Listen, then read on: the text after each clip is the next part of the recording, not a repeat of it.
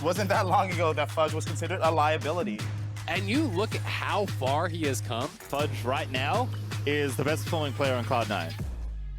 Fudge still wants to fight. He's at half HP, but doesn't seem to care. He's getting a bit low, but he might find a solo kill. He is one of those top laners in the league, and he's a guy that you can count on to really make big plays. Fudge diving into the back line. Cloud9 aligned it so well. Fudge is finding the most insane team fights. Every look we get at him, he's better and better and better.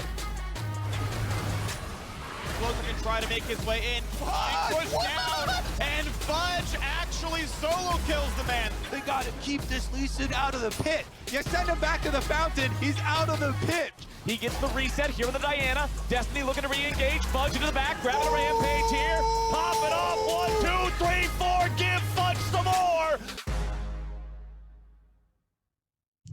What's up, everybody? Dash here, and I'm happy to be joined by Fudge, our FTX Most Improved Player of the Year here in the LCS. First ever recipient of the award, Fudge, so congratulations on that. But as this is an award that's about improvement, evolution, and growth in your career and in your role, I kind of want to hear straight from you. Maybe what were some of the goals you had set for yourself on the outset of this year, and where you feel you are at in that journey of growth? I would say that my goal coming into this year was, by the end of the year, proving myself to be the best top laner in the league. I think right now I haven't proven myself to be like by far the best, but I definitely think I'm one of the best in the league right now. So I'm pretty happy that I've improved enough to the point where I'm sort of at that point now. I think what I improved on is probably like mainly just farming. I think at the start of the year I was really bad at just CSing in general, laning, like very basic laning fundamentals. I would say that I was like not very good at, and I would generally just get really far behind in lane. And now it feels like everyone I verse, it's not really like that hard to just beat them or go even in like losing matchups. It feels really easy to just be able to play the game normally. And yeah. That's really interesting, because this is actually not the first time that a pro player has said to me, you know, that some of their biggest improvement came from some of the most basic fundamentals in the game. And so I'm just kind of curious, was this something that you discussed with the coaching staff at Cloud9? How did you arrive at that conclusion that that was the aspect of your game that needed improvement, where I would think most people at your level would, you know, work under the assumption that I'm good at the basics. Let's get to the, you know, let's get to the fun stuff. Yeah, I would say a lot of pro players are pretty bad at just CSing. It's very basic, right? But no one is actually like perfect at it. Like even in league, like I think mainly the reason why we felt like it was a big deal is because like golden XP, right? It's like everything in league. And when you just miss CS in lane, you're just going down like gold. And when you just like mess up lane states, you're losing XP, you're losing minions.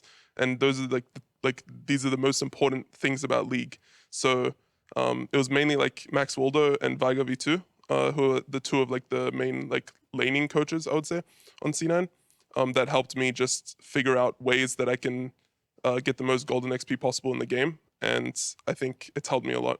Awesome. Two more questions for you. First is on that point of improvement, as well as wanting to separate yourself as one of the best top laners, not just in the league, but I'm sure in the world as well. Who do you look at, either in this region or in others, as top laners that you aspire to be or play like?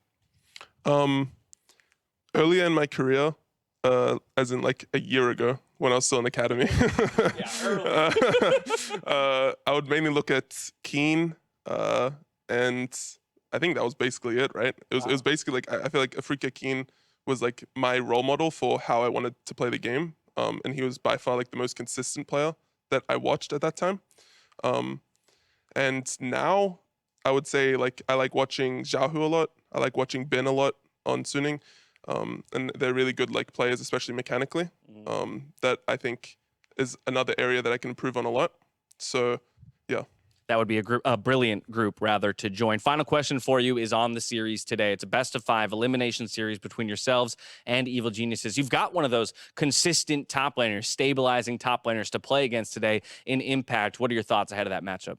I think Impact's pretty good, and I do think that he's probably one of the better top laners in the league right now, but I do think that as a team we're much better, and we're going to 3-0 them pretty quick today. Awesome. Thank you very much, Fudge. Best of luck in the series today. Thank you.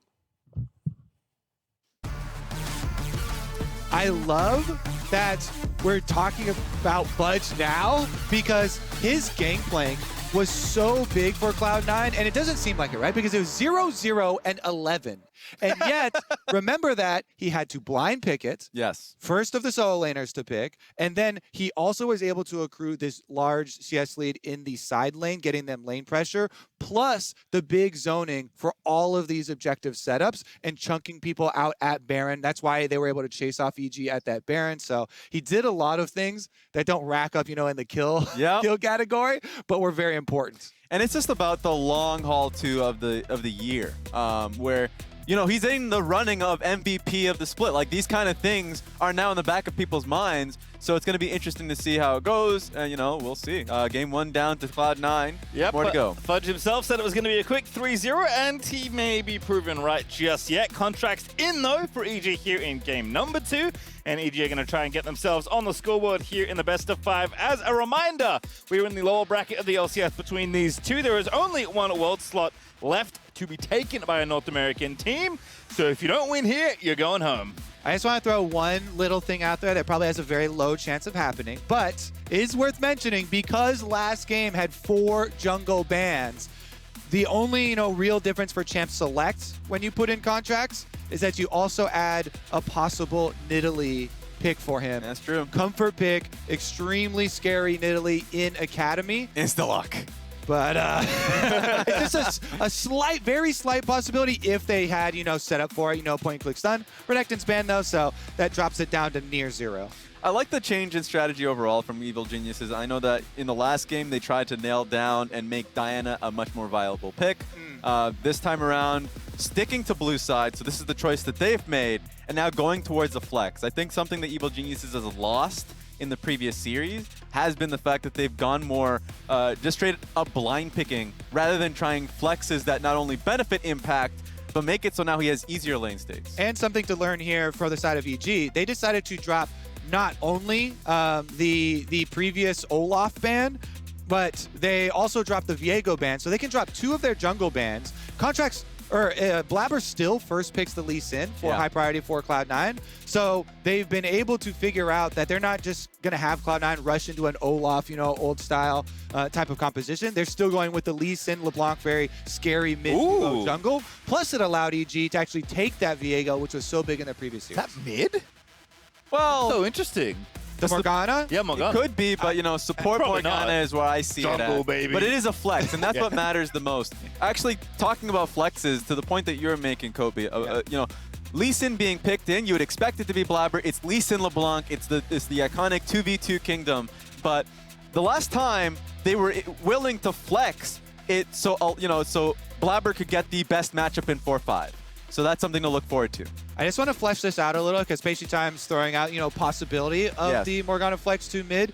It has been used into LeBlanc in previous metas, Very long time ago. but it's when you focus on pushing the wave, you're just trying to push the wave out. It's more about wave control and sustain through. And then, hey, I have Black Shield for the gank setup. So, you know, the Lee Sin LeBlanc combo is a bit less scary because you can just Black Shield the chain and then you don't get locked in place for the Lee Sin gank. I would actually be kind of sad if EG did that because it would mean you have a bit of a power trough in the mid lane where usually, you know, you're used to seeing a Jizuke play so aggressively and try and set things up.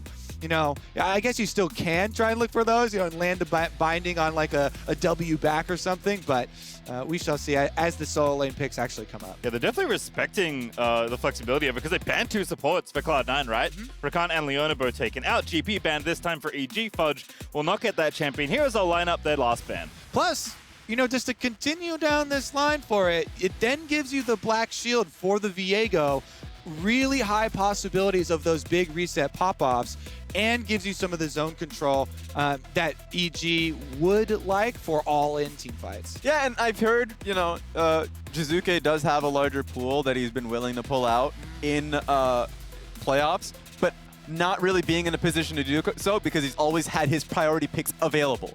But this is the game where Ryze is banned here, and they could have gone Syndra, but I think this is a good call here overall from Evil Geniuses. Okay, moment of truth. Reveal your hand, evil geniuses. Is it jungle? Is it towards mid lane? Oh, it wait. looks like, well, it's still not revealed because they're still flexible. Yep. Set could be mid lane or could be I support. feel like they don't think it's bottom lane because they picked Nautilus, Yeah. which doesn't feel like a very fun matchup.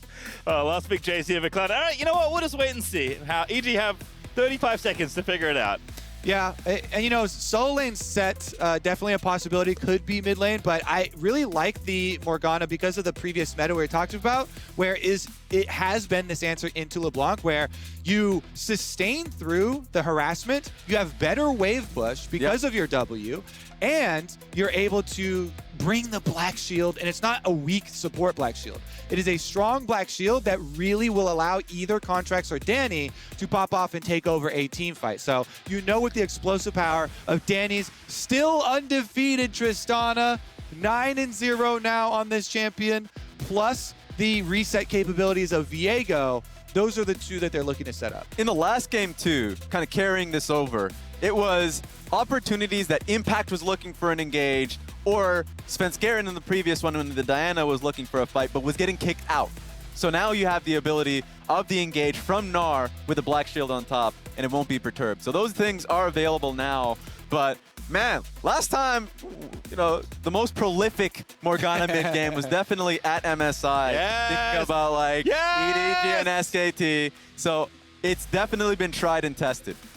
The downfall of Faker's undefeated LeBlanc. Yep. I remember. All right, well, now Perks' LeBlanc is the one up to bat here. LeBlanc Lee Sin going to be pretty threatening for the Cloud9 mid jungle, who did have quite a good first outing on Orianna and Lee Sin. We'll see how they do with an even more aggressive pairing here. Whew, all right. Any level 1 shenanigans too, because it does kind of mess up your lane if you go Q, but the tales of being bound by a Morgana Q and then never being able to move again are true. Yes. Another point to make, of course, that's inspiration, I'm pretty sure. Secondary there for Ignar. So Hex Flash on the table, the typical. Have to flash, maybe level 2 or something. It's not viable here because it is a cleanse pickup for Sven. So that's likely not going to happen, but makes it very clear. Sven now going cleanse versus Evil Genius's comp. All right, well, we do have another sideline report. This time, though, it is going to be Dash standing by with, wait, hold a second, Impact. Going to be in trouble. Very nice brush camp here for Fudge and Perks. We'll hold the interview because Impact's in trouble, but he flashes out to safety, and now we'll go to Dash and Peter Dunn. Thank you very much, gents. Every time you try to come to us, it's action on the Rift. Impact getting away from that one just a moment ago. But I do want to take a moment to reset. Unfortunately, took the loss in game number 1, but you've already provided us with the best 5-game series we've had in the postseason. So I'm just curious what words you shared with the team stepping off the stage after that loss to recoup here for game 2. Just that we need to regain our focus. I mean, we have a lot of energy going into the game, and I think that we were a little bit off first game, so we just need to calm it down. Cloud9 are a team that we've played well against for the whole year. They didn't show anything new in postseason. We just need to go back to playing our standard game. In this game 2, Contractz has come back in. Any calculus you can give me there for why it is that you're swapping in that jungler now? Just that I feel that he's been watching the first game with our jungle coach Turtle. We've seen some things we can exploit, and he's the best position to be able to exploit. Great. Playing the full 6-man roster. Peter, good luck in this series. Thank you so much for the time. Thank you very much. From here, back to the guys. An active bot lane, and it starts with that level 1 flash E, but it actually benefited Sven. They have double flash advantage. Trying to punish that early flash. Blabber is in. Here comes Blabber. Ignar going to be the target. Q lined up. Ignar, no flash, no hope, and first blood. Maybe, maybe not. The face break is good. The kill is better. It's Vang with first blood. So this is why we've stopped seeing the support set going level 1 flash on the AD carry, because the adaptation has just been cleansed. Cleanse immediately, move away. Sure, exhaust was expended there, but like that still was super beneficial for him. But also, why we've seen it is because jungler adaptation, my friend Red. True. Red buff all the way down to punish that. Almost the longest possible distance that you can go as a jungler, aside from, waiting around at Krugs. Oh, really like to see that from Blabber. It is playing to the state of the map. This is the most important thing for junglers, is reacting to lane states. And if the enemy support wants to gain access to their Hex Flash by burning their real Flash for those level 1 or level 2 all-ins, you go punish them for it immediately. Really good heads-up play by Cloud9. Good communication on their team to execute. And this is going to be a different game in general, right? I mean, mid lane is definitely looking nice for the counter pick right now for Dazuke, but we expect, especially in the 2v2s, for Lee and LeBlanc to look a lot better. But it's Jace and Fudge on the top side. It's advantage now on the bottom side. Cloud9 are playing to win these lanes and win through the mid game rather than get to the mid game and win then. Yeah, and I think even though that lane's been working out quite well for Evil Geniuses, it's the side lanes that haven't. I know that during the interview, the flash going down from Impact in an already difficult matchup versus Jace, that's going to be really problematic there for Evil Geniuses, because like a dive is going to be set up at some point with LeBlanc incorporated. She also has TP, so she doesn't even need to necessarily make the move. She just needs to get the first push. My favorite part about that level 1 play is that Impact stuck around for an extra half second in the back of the blue pit to make sure he gets a grass proc out of it at least. So he got that little bit of extra health to try and help him survive. Definitely hurts to be down flash, but it was burned so early. He's working off that timer right now. Sven isolated here in the 1v2. Getting the gravity gun going. TP very aggressive. Danny with the flash and the rocket jump at Igna. Perhaps not so lucky. It's Perks lining up the chain. Can't grab it just yet, though. They're going to wait at the W and now look for it, but no, the Q's not activated. It's Vulcan in trouble. Contractz down here nice and early. Vulcan served up on a silver platter. Danny going to take his meal. Contractz flashes in front of him. What a play there. They punish the overextension. Perks on teleporting in, immediately chained onto a minion, so didn't have a clear shot at it, and now topside they want to get that binding. Flash Q, rooted forever. Perks gets a kill, but Dazuke gets it. In fact, it's Impact that'll get the donation. How did Ignar die? He died during the play bot side. I'm sure we'll get the replay at the same damn time. What an active game. It certainly is. That's really funny to me, though, that Dazuke's showing you, this is how you teleport in and hit your skill shot. Yeah. You flash point blank right next to them. That way you don't miss your snare. He's able to land that one. It's deaths all over the map. I want to say active game again. Vulcan, my goodness, flying into mid with the Hex Fudge. Okay. He's been out of lane a lot, is the point I'm trying to make. Both teams getting aggressive with these roams and TPs. The thing is, that's why I really like how you mentioned, you know, the Morgana in Champ Select for this pick. It's not about being aggressive in the mid lane. It's to neutralize there. You just push the wave and you have Black Shield for a lot of those visits. So even if they do it that way, yeah. So as we said in the earlier stage, Perks was teleported in, then he immediately chained the minions so they couldn't get that kill. This is what I really like, though, was Contractz' flash in front of Nautilus. He immediately, as soon as he sees the start of the animation, flashes in front of it, so he takes the hook. There's no distance gained by Nautilus, and this one, as you know, another good flash. Yeah, instantly on his head. Flash was still there from the Jace, so he didn't want to give him any chances there. So across the map, working out well. I mean, Contractz coming in, first game of the series, and already playing damn well for his team. And we didn't solve the mystery of what happened in the second attempt at bottom side. We saw a bunch of replays, but where's the other one? I saw where Perks was, and I saw where I assume Ignar backed, and I think I can kind of put it together. All right. Got him. But I guess perhaps Sherlock Perks. You know what? Go get previewed. Then you'll find out what happened. True. All right, Dragon attempt though perhaps here for EG as teams are scoring up around the objective. But not going to go for it just yet. Here is Impact getting the push happening here in top lane. Feels a lot better in the 1v1 after that kill. They can feel a lot more comfortable, Evil Geniuses that is, taking Dragon as long as they get pushed down bot side. They have TP available from Impact. He's been pushing out the lane, so he wouldn't lose too much. So that's a play that's always available. C9 is aware of it. They even have Crab. Let's see if they can get this play off. At it again here. Ignar down to the bottom side, but it's Sven taking the damage. Contractz with a very nice looking angle. It doesn't quite land it here, so Sven burns the flash, burns the ulti, but does live. I like how much pressure they're keeping on this Aphelios, constantly burning summoner spells off of Sven, trying to keep him from having a dominating lane phase. This is our look. Thank you, observers. The mind is Sven. Or Perks. Ooh, Found Perks. Nice. Yeah, Perks did not have any. Oh, minion went right around the corner, I believe. Maybe we get that toggled with the Fog of War, but Perks is not having any of that. LeBlanc goes in, finds him, punishes Ignar, actually gets that kill. So the earlier chain on the minion was just a message. Nicely done there. And as a result, it is going to be Cloud9 with the FTX gold advantage just barely in their favor. Not a lot, though, as certainly plenty of games still to play here. Danny's Tristana stats. We saw that play at the top of the day. 9-0, still undefeated. Pretty beefy KDA to go alongside it. Yeah, 12.11 for him. Further inflated by the 1v9 play that he was able to earn his own pentakill. One of our LCS most historic plays already, I would say. You know, it's only what, a week old? They grow up so fast. Yes, they do. And yeah, I mean, community have been asking to see, you know, Danny on that pick. I know when they got to the end of that last series, he was on the Ziggs. But this is a composition that really empowers him. So this is a, you know, play around the Tristana or the Viego. They have multiple options. So want to see what Evil Genius can get done. Yeah, and he's doing into the Aphelios matchup this time around. So I like the confidence from EG.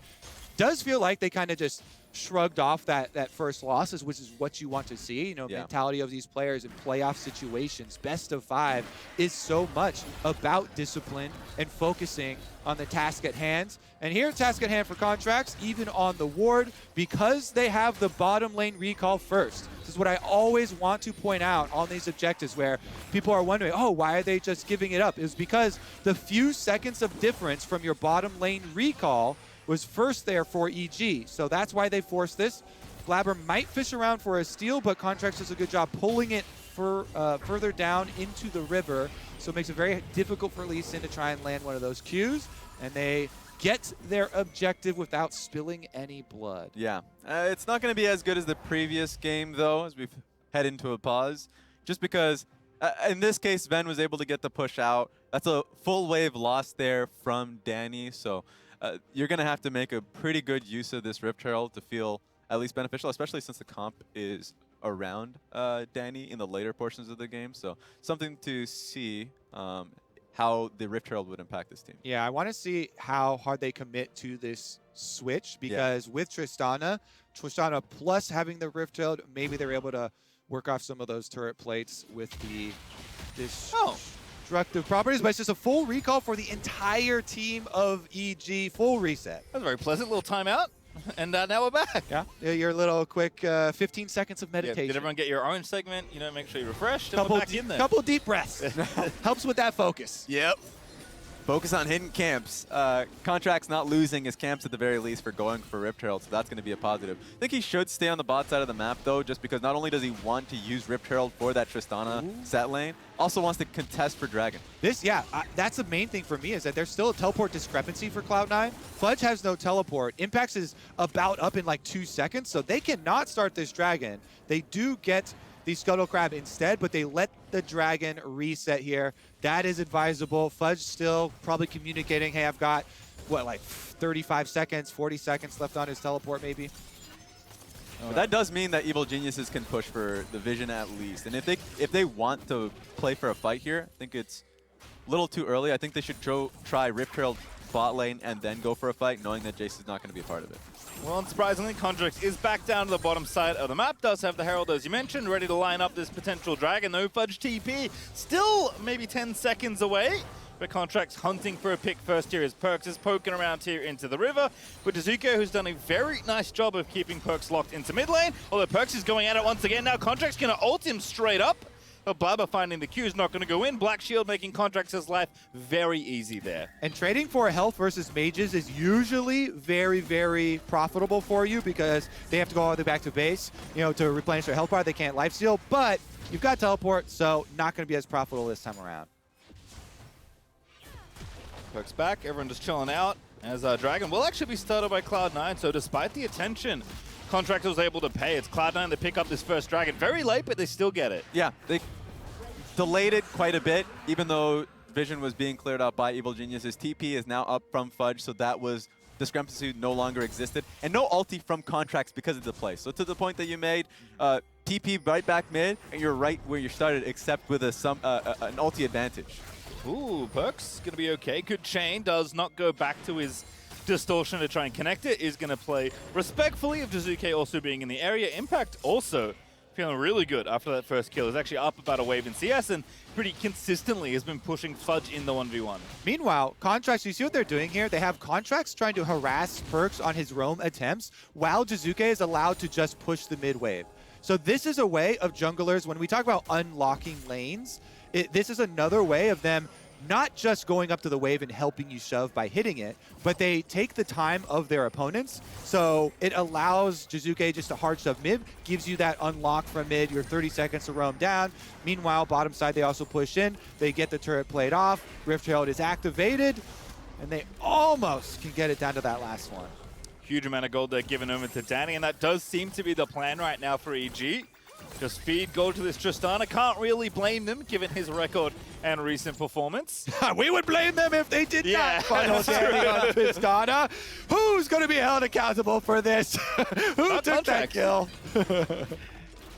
As Cloud9 also paying the attention. They have to. Topside, Fudge in trouble. Impact looking for the play. Flash Gnar ulti incoming forces Fudge to flash out. Yeah, even if they can't get the kill, I mean, the objective's already been complete. Flash off of Jason, also 2 waves being denied off him. So a response play has to be made from Cloud9.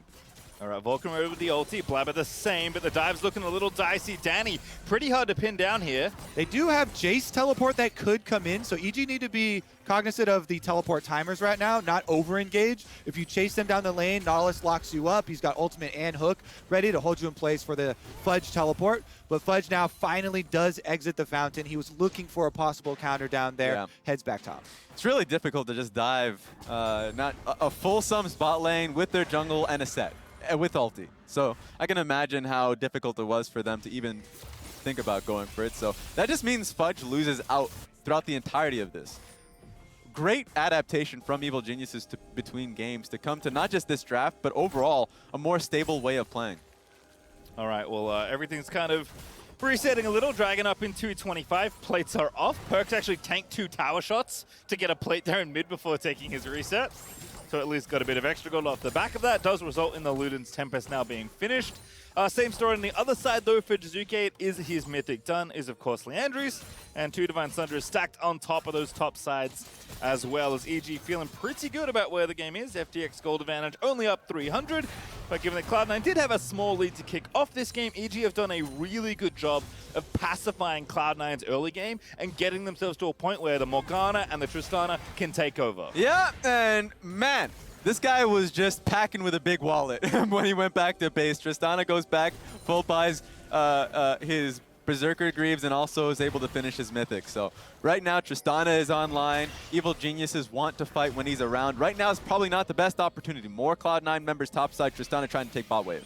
I like EG's commitment to their draft of continuing to fight around this top river. Checking with the face, though. Vulcan, though, still now in a 1v3. Pulled back by Igna. Will have to flash out, but Viego's going to be chasing on in. Ignite is down. The slow's good out of the Viego ulti, and Impact sweeps up another one. Contract's time spent playing around Jizuke is through the roof this game, and it finally pays off for them. Now they're going for another onto Fudge. Yeah, Contractz lines it up once more, but they don't have any extra CC. Contractz says, are you sure? Gonna take out Fudge as well.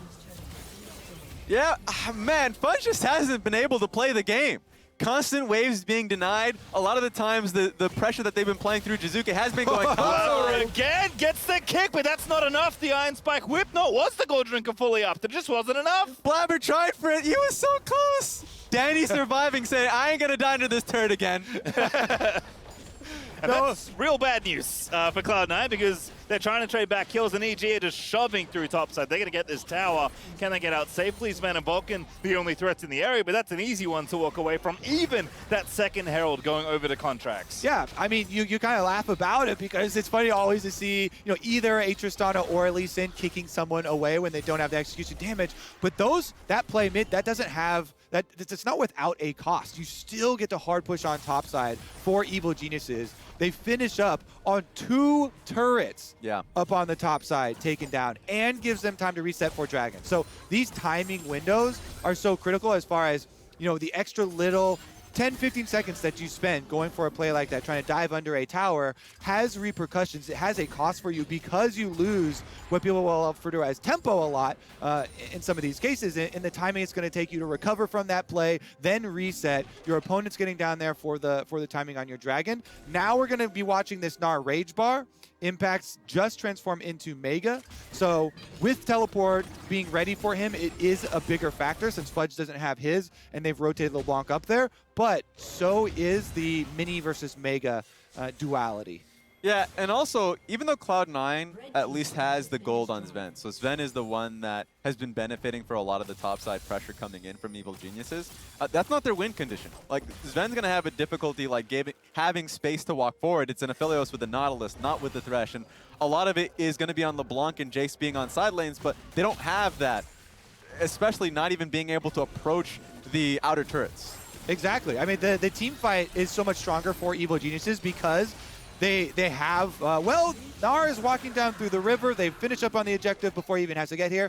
But as long as Impact can manage that Rage Bar, he is the front line. Yes. And they've also got the added Black Shield for both their carries, so it is much easier for them to force on all these objectives. And since Cloud9 didn't get an early lead, they can't, make a lot of use of the split pushing of LeBlanc Jace, which you usually do want to, and they just have to keep on giving ground here. Ooh, Depth Charge popped onto Contractz. Now TP coming in for Cloud9, but the Rift Herald is going to get 2 charges. I don't think Perkz has an angle here. Shock Blast very nicely dodged as a team, as Perkz is looking for a chain, but nothing latches. EG, such a good siege in mid there. Yeah, losing TP, not being able to get anything, having 4 members mid to try and at least defend the second turret. And for the most part, this is just Evil Geniuses winning out entirely.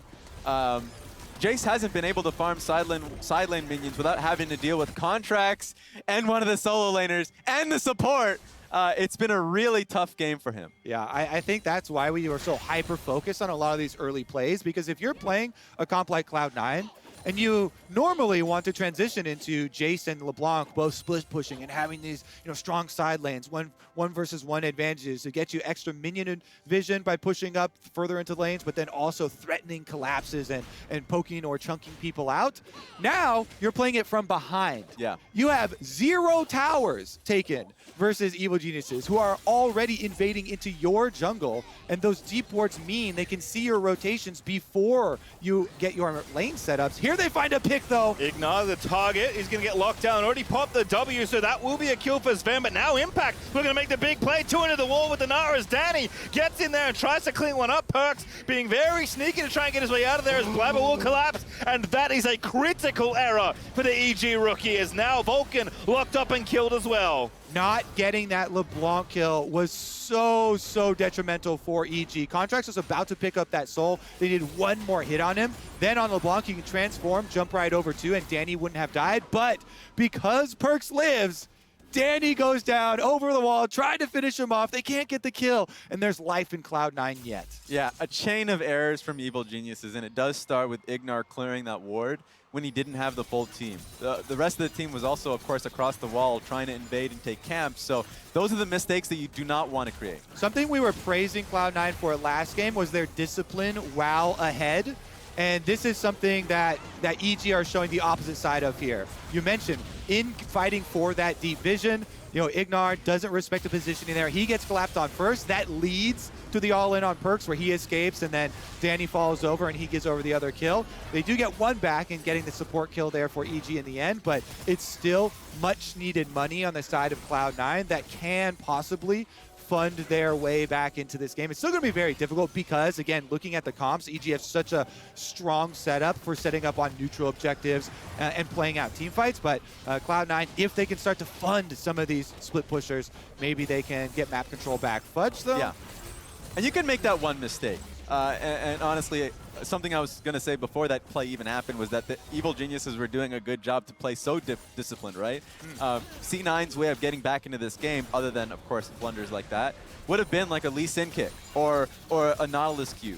And the fights that have been happening have happened when Jizuke has been roaming there, to be there ready for the clapback, ready for the Black Shield. So that's the one aberration, but so far it's been a good run for Evil Geniuses. And again, given the early game Cloud9 presented, EG should be very happy. 22 minutes in, FTX gold lead pumped up to 4K, which is real nice at this stage of the game. It's Contractz though looking for the play. Sven going to be the target. Yeah. Danny in there again, and now Sven with no flash is going to get slowed up, and Danny knocks it down this time. Love the confidence here on Contractz. He's always looking for the next play. And you know that you have well, never mind, we're going to have another one. Here we go. Impact at it again. Oh, it's Vulcan that finds the hook this time. Mininar is very fragile, but will live as Ignar going to pop back through, and now Cloud9. Do they think they have something else here? As Impact will transform and he'll be fine. Yeah, careful. The blunder was almost there from EG. You can see it starting to form as they got a little bit too deep. You know, the ultimate reset ultimate fails over the wall. There's extra vision from flank from Vulcan there, but they calm it down and they're able to get everybody out. That's why when I think about that field report that we heard from Peter Dunn, remember that message, calm down. Okay. Because that blunder could actually cost them second dragon. They have to go for the full base. Thankfully they are. Nari's going to be here for it, but mistakes like these will bring Cloud9 back into the game. All right, well, the problems do continue on the C9 side, even though they are looking to try and exploit the mistakes that EG do present to them. It's EG. They get the vision. They take the dragon. Going to keep that objective up for themselves 2-1 as Danny easily slays that. And Evil Genius is just continuing to lean on the strength of this Tristana and this Morgana while still being proactive, which is the thing you love to see. They could play, you know, for 35 minutes and play a 5v5, but they don't need to. They know how to snowball a lead. Yeah, they're playing with total control of the map. Because of the difference in towers here, there's nowhere for Cloud9 to work with.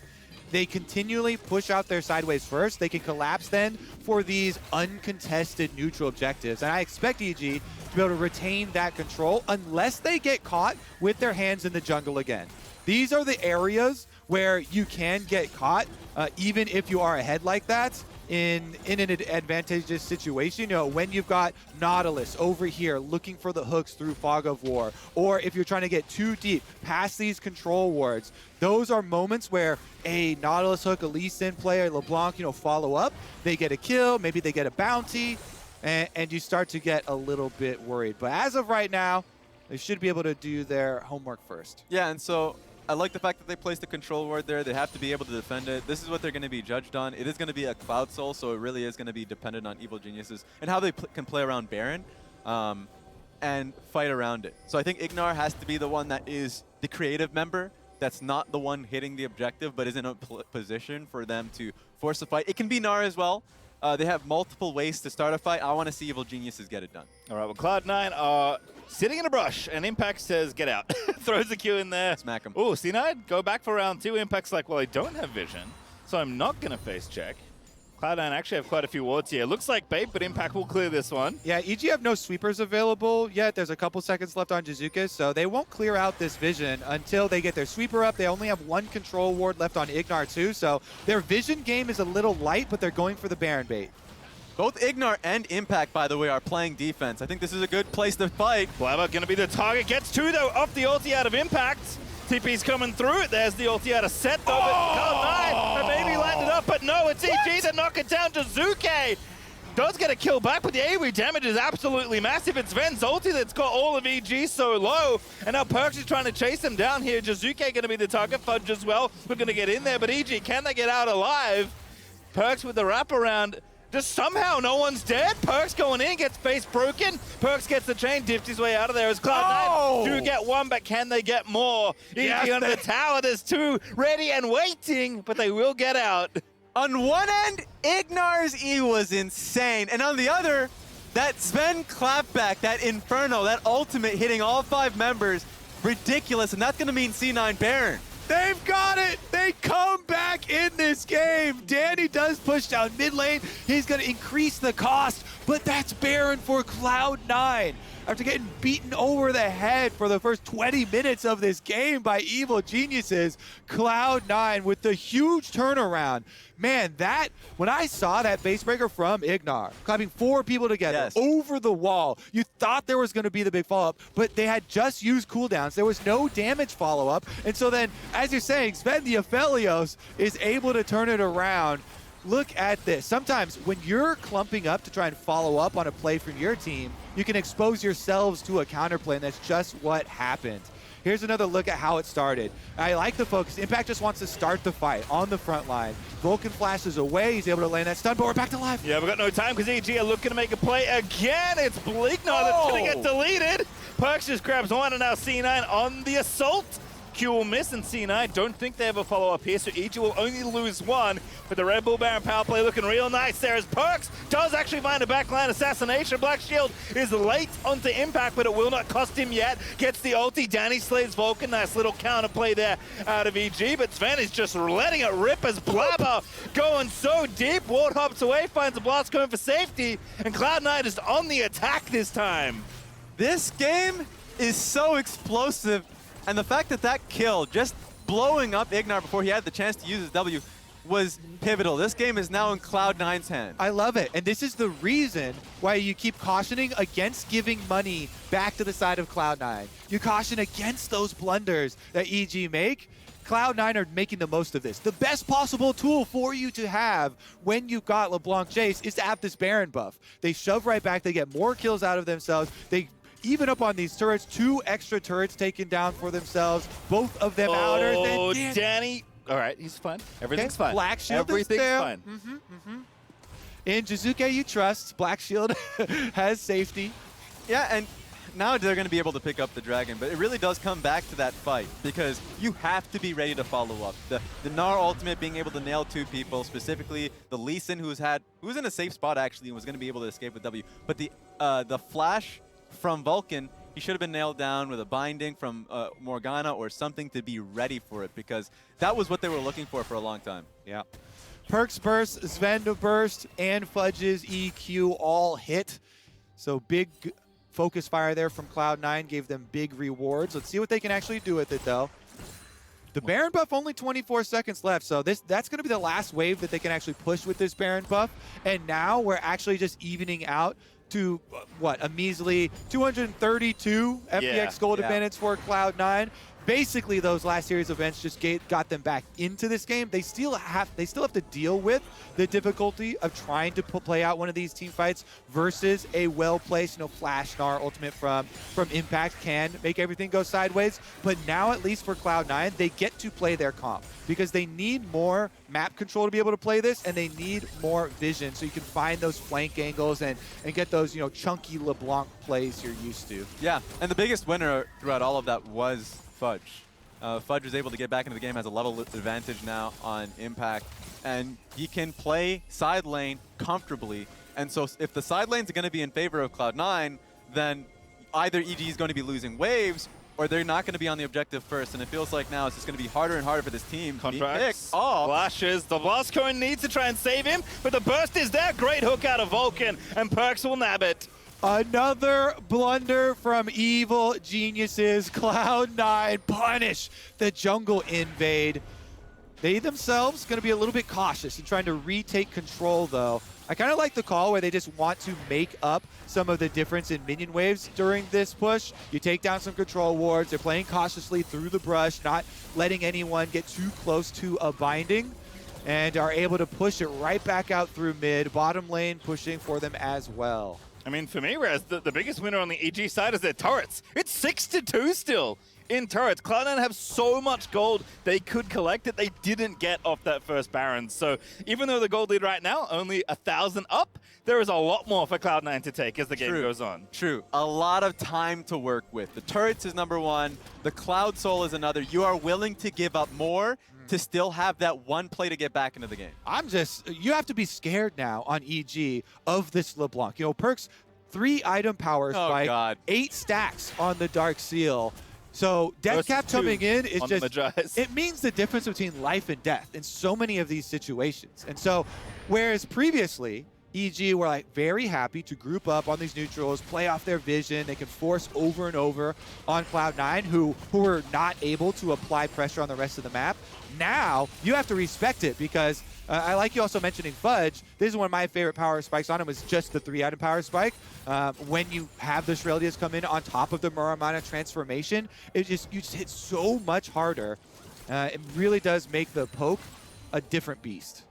And it's going to be difficult for Impact, who's itemizing for both, right? He's itemized Wits and and the added armor just for team fights. So if he's going to be on a side lane, it's going to be much, much harder for him to hold up versus Fudge without help. So, yeah, see. Oh, wow. Oh!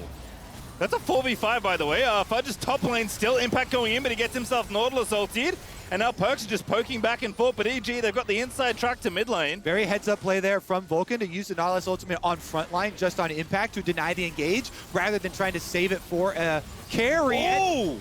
Vulcan gets in there, finds the Q, pops the watch, and now Perks is going in because Fudge is TP'd back around. Ulti again, hits on Danny, he's so low, and Fudge with the flank TP finds the snipe, he collects the double kill, and EG are falling apart in game 2. It's Contractz with no way out in the Wolf camp as Cloud9 find 3. Waiting on it, and Fudge finds that TP, and bingo, hits Danny, just who was so low off that fight.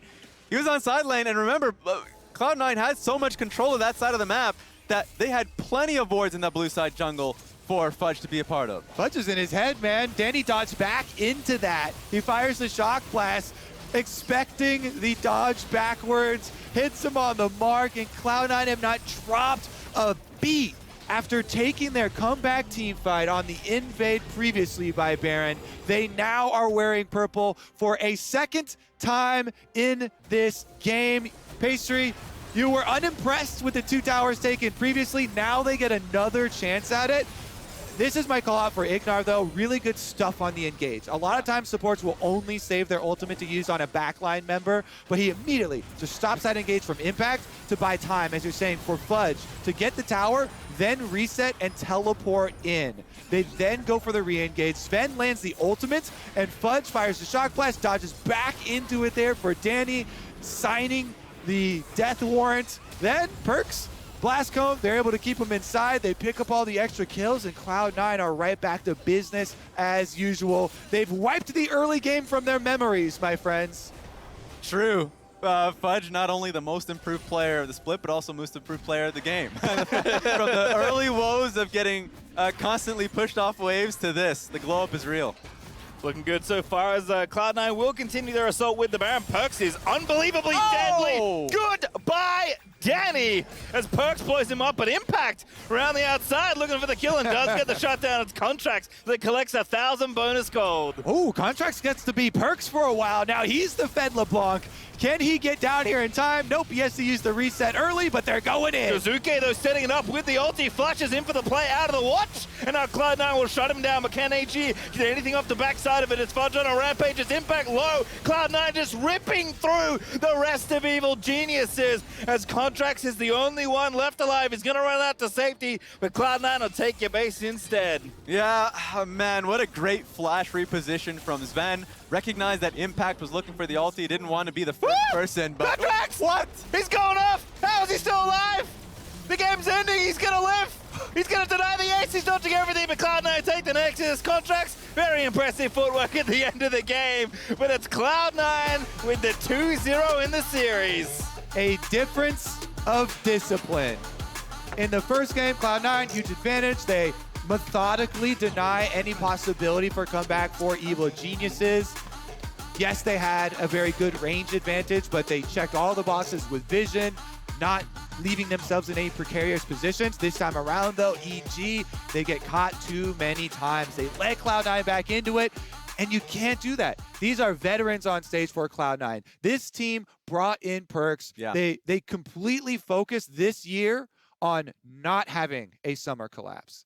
They were able to dominate spring again. They won. They went to MSI. Next thing on the agenda here is making it all the way through this playoffs, and they're looking like they mean business in this series. Yeah, and it feels like a different Cloud9 from regular, or at least the late regular season. I'm talking about week 9 to regular season to you know, their series in Golden Guardians and here today. Yeah. That discipline that we're talking about, Vulcan working with Blabber a lot more consistently, and knowing when to cut losses and not just taking fights, I think is the biggest improvement. And it's got to feel bad for Evil Geniuses. Game 1, draft was blown to pieces and they had to change the drafting strategy. Game 2, they had everything.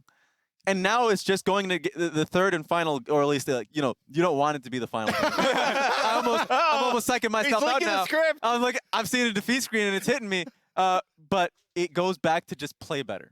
because you can't lose games like that, and that's the hardest thing to hear. All right, well, You want to hear it. playoff perks looking good as Cloud9 find themselves 2-0 up in the best of 5, but it is time now to learn more about the LCS's shared love of food in another Grubhub Taste of Local. Remember that Grubhub provides on-time delivery and the lowest price, and if they can't, they'll make it right with a perk for at least $5 off your next order. But now we're going to catch up with Contractz to find out how a trip to Worlds ignited his love of pork buns.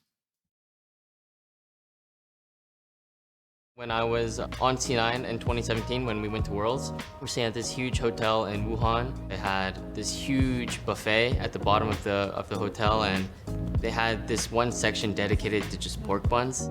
And they would also decorate a few of them, like they would put like pig faces on them and like rabbit faces.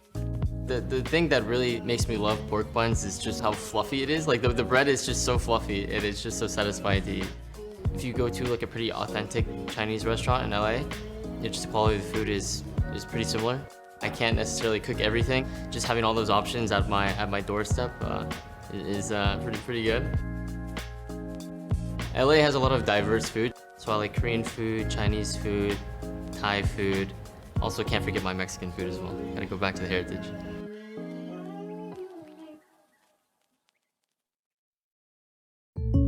Not gonna lie, Jake from State Farm. That Daniel deal got me some sweet savings on my insurance. Daniel, State Farm offers surprisingly great rates to everyone.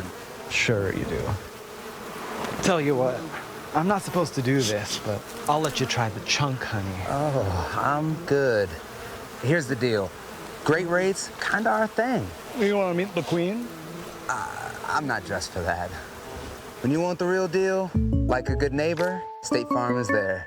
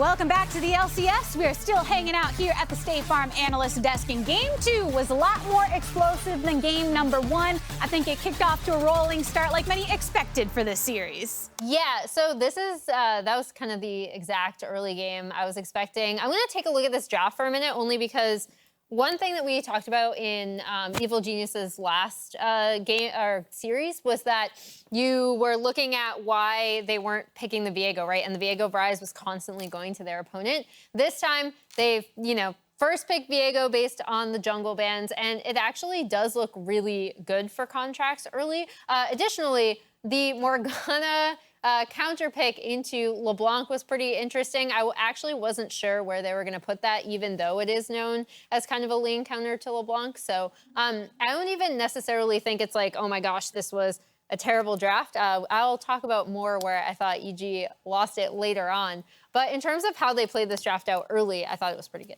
Agreed, and I think what the Morg also does is, they saw Lee Sin LeBlanc, which is one of the most potent mid-jungle combos. Morg sort of neutralizes that by making sure that you have a mid laner who's not going to get CC'd and also can disengage with binding. And even if she's not disengaged with binding, you actually have opportunities to look for kills if you do land a binding. So I thought it was an interesting adaptation for Jizuke, especially considering that he's often being forced deeper in his pool with the bans on Rise, etc. I wasn't convinced that they needed to draft Morg so early, personally. I thought that they could have stood to maybe draft something like Leona, which I think has been one of Ignite's best champs, and look to pick the Morgana later, because I don't know if it would have been a great flex. But overall, I don't think there was a huge draft issue here. I thought they played a draft that made sense for their priorities early game, and they executed pretty well. Being a LeBlanc main myself, I don't actually think that Morgana is a counter. I think it's a little bit rough, like level 3, 5, and 7. But once LeBlanc actually hits 9, 10, 11, it gets really rough for Morgana. You saw in that game when Perks got 11, he just started styling a Morgana. You have 3 different ways to dodge your Q. You can take your W back, you can take your R back, assuming you WR in, and then you can just also move left and right? So it's actually really hard for Morgana to win. You get a bit of early game pressure, and that's why you saw Viego get ahead. So they did that well. But then comes late game, she doesn't do anything anymore. She has some damage, a little bit of CC, but you really need strong damage elsewhere. And I think it's really hard to play Morgana versus LeBlanc later in the game. Yeah, we did see some impactful moments early on from the Morgana, as well as the junglers, who were both trying to make their own proactive plays. Yeah, and we heard the coach just talk about why they put Contractz in, and he said it's because he got this chance to study and had some exploits ready. And he activated some of those exploits early game. I thought Contractz overall had a pretty good early game where he was in the right places to get counter ganks and just generally provide enough pressure so that the EG could get themselves established much more so than they were able to last game. And overall, I thought this was a good showing from Contractz. It's a shame that things started to fall apart as a team later in the game. I want to defend Perks here. Everyone saw that he missed a chain. His idea was here to path past the creep and do the chain. He got creep blocked though. It should have pathed him down, but those 2 minions creep blocked him. Yes, he probably should just W'd then E'd, but he got creep blocked and missed his chain because of that. I made fun of him at first for saying he had no fingers, but it was a little bit unlucky, but still. He comes in and gets the kill on the backside. He got it at the end. Fine. It's totally fine. Yeah, it happens. Well, as explosive as this game was, right, it feels like that can be the single difference in how a play goes one way or another, Emily. Yeah, I mean, and I think, so EG did a really good job, in my opinion, of playing around the early game when they were able to cross-map trade. Again, this is a lot more of what I thought when they saw, for example, they saw the giant path the casters covered that Blabber did to get that bot side kill, right? So they immediately responded by double scuttling and then trying to get advantages off of that. What you see, though, is the traditional EG and why people were initially, when they were doing so well, even when they had a win streak, they were really hesitant to call them a top team. And the reason was because they would often pick fights that were not great, or they'd take a fight and realize that they suddenly, couldn't take it for whatever reason, got outmatched in damage. We see this fight right around Baron Pit in this game where you can tell that I don't think both teams actually understood how much damage was going to come out of this fight. Initially, it looks pretty good for EG until the Aphelios comes in. And this is really what turns the tide for C9. because after this fight, EG continue to take fights as if C9 hasn't made up in some of these advantages, right? And Hai already went over how these compositions kind of play into each other the later the game goes on. Fudge gets back in the game after they set him back topside. And I just think that it shows the difference in EG playing with a lead than C9. EG will play incredibly fast and loose with their leads, and that's why I love watching them, actually. But they don't necessarily, in mid to late, play as tightly as you might want. One thing that we do know, though, going into game number 3, EG having all of the leads that they did in the previous game, they're sticking to blue side. They are not making any substitutions. It is Contractz that is sticking through. Right. I think, obviously, he performed really well, right? He's like 1-0-4, kind of just, he's kind of going ham, if I'm going to be honest. He's just ulting in, going everyone to the force, was killing them all and got a good lead. So I think that's good that they're doing that. And I was actually watching Pro View of this game a little bit, and I remember something that happened before the game even started. Quick tip for everyone out there when you're playing the game, don't skill your skill until something happens. When LeBlanc and Jace were camping the bush, Fudge and Perks, if he had just waited the skill and skilled E, that would have been a free first blood for him. But he just did a force of habit, skilled W first, and then he didn't have it ready for that. So generally speaking, save your skill until something happens. If you're Ezreal hiding in the bot bush and you get ganked, you probably want E for that, right? So just don't skill until you see something happen or lane phase starts. Yep, the minimal decision still getting called out by Hai here on the desk. Now, after 2 fairly quiet games for EG, Glory and a shot at the LCS Championship are all on the line for Evil Geniuses in game number 3 right after this.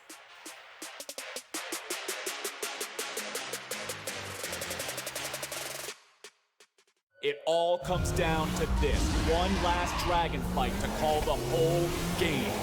Boom, look at the damage on the wombo combo. All 5 enemy players down. GG!